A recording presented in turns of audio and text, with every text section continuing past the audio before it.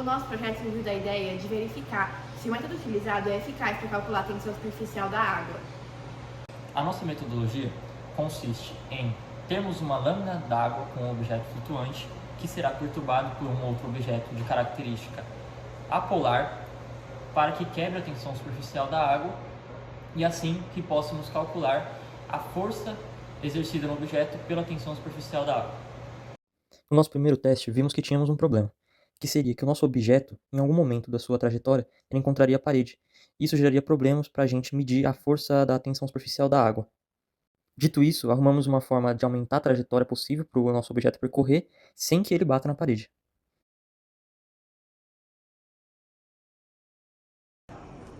O nosso experimento começou com a ideia de tentar testar a tensão superficial dos líquidos em diferentes temperaturas. Só que a gente encontrou um pouco de problemas nesse caminho por conta da metodologia que a gente estava empregando, que era uma nova metodologia. Então, a partir disso, a gente resolveu adaptar o nosso projeto para poder fazer um teste e testar se é possível calcular a tensão superficial de um líquido, no caso da água, que é o nosso objeto de experimentação, a partir dessa nova metodologia, que consiste basicamente em pegar uma bacia cheia d'água com um objeto flutuante e pingar uma gota de detergente que rompe a tensão superficial do líquido. E a partir disso, a partir de um momento de fracasso, a gente decidiu fazer ciência olhando para uma nova perspectiva. Depois desse momento, a gente percebeu que havíamos outros problemas, que, como por exemplo, o nosso detergente, que seria o objeto que usaríamos para perturbar a tensão superficial da água, ele estava vindo de maneira inconstante por conta da ação humana. E fizemos então um mecanismo para que ele se mantenha sempre fixo. Então começamos a averiguar outras formas de fazer a gravação para que a gravação também se mantenha fixa, dada a nossa necessidade de utilização de um software para fazer a medição da trajetória que o nosso objeto vai percorrer. E aqui então temos o ponto de vista do nosso experimento visto de cima. A partir desse momento, estávamos usando um software para calcular a aceleração do nosso objeto que ele percorria frame por frame. Dado a nossa necessidade de possuir a aceleração máxima no momento para calcularmos a força da tensão superficial da água.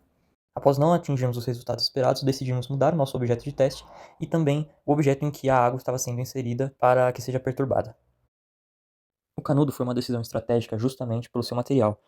Por conta de ser feito de plástico, ele não absorveria a água e também a sua superfície circular facilitaria o nosso cálculo. A partir disso, começamos a fazer testes com diferentes tamanhos de canudos, para vermos qual seria mais efetivo e qual teria um resultado mais constante.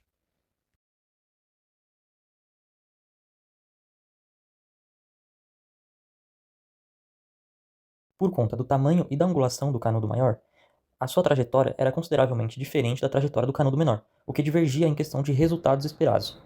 E assim entendemos que os canudos menores seriam as melhores opções para realizarmos os testes.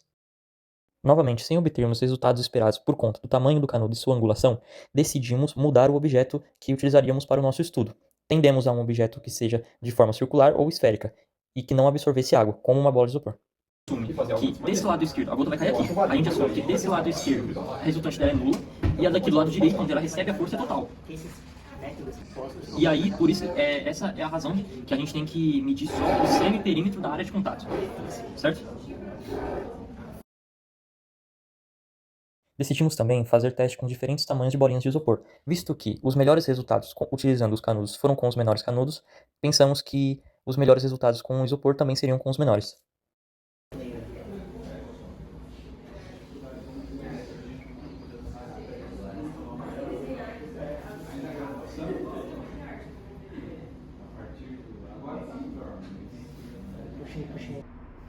A respeito da conclusão, o nosso grupo pôde observar que os objetos sofriam grande influência das ondas mecânicas do detergente que era gotejado, o que fazia com que tivessem várias interferências no cálculo dos experimentos, nas medidas e também em alguns pontos de análise, o que fez com que nosso experimento tivesse algumas limitações. Uma outra limitação do nosso experimento foi na questão da taxa de frames por segundo da nossa câmera, que não permitia gravar com detalhes todo o trajeto do nosso objeto. Bom, uma sugestão de melhoria é de que os próximos experimentos conduzidos por novos pesquisadores sejam realizados com câmeras com maior taxa de captura e também com uma base que possa fixar os objetos para que eles não sofram tantas interferências na trajetória. Eu queria também agradecer ao nosso grupo, agradecer ao nosso professor, aos técnicos que nos ajudaram e todo o progresso que tivemos nesse experimento.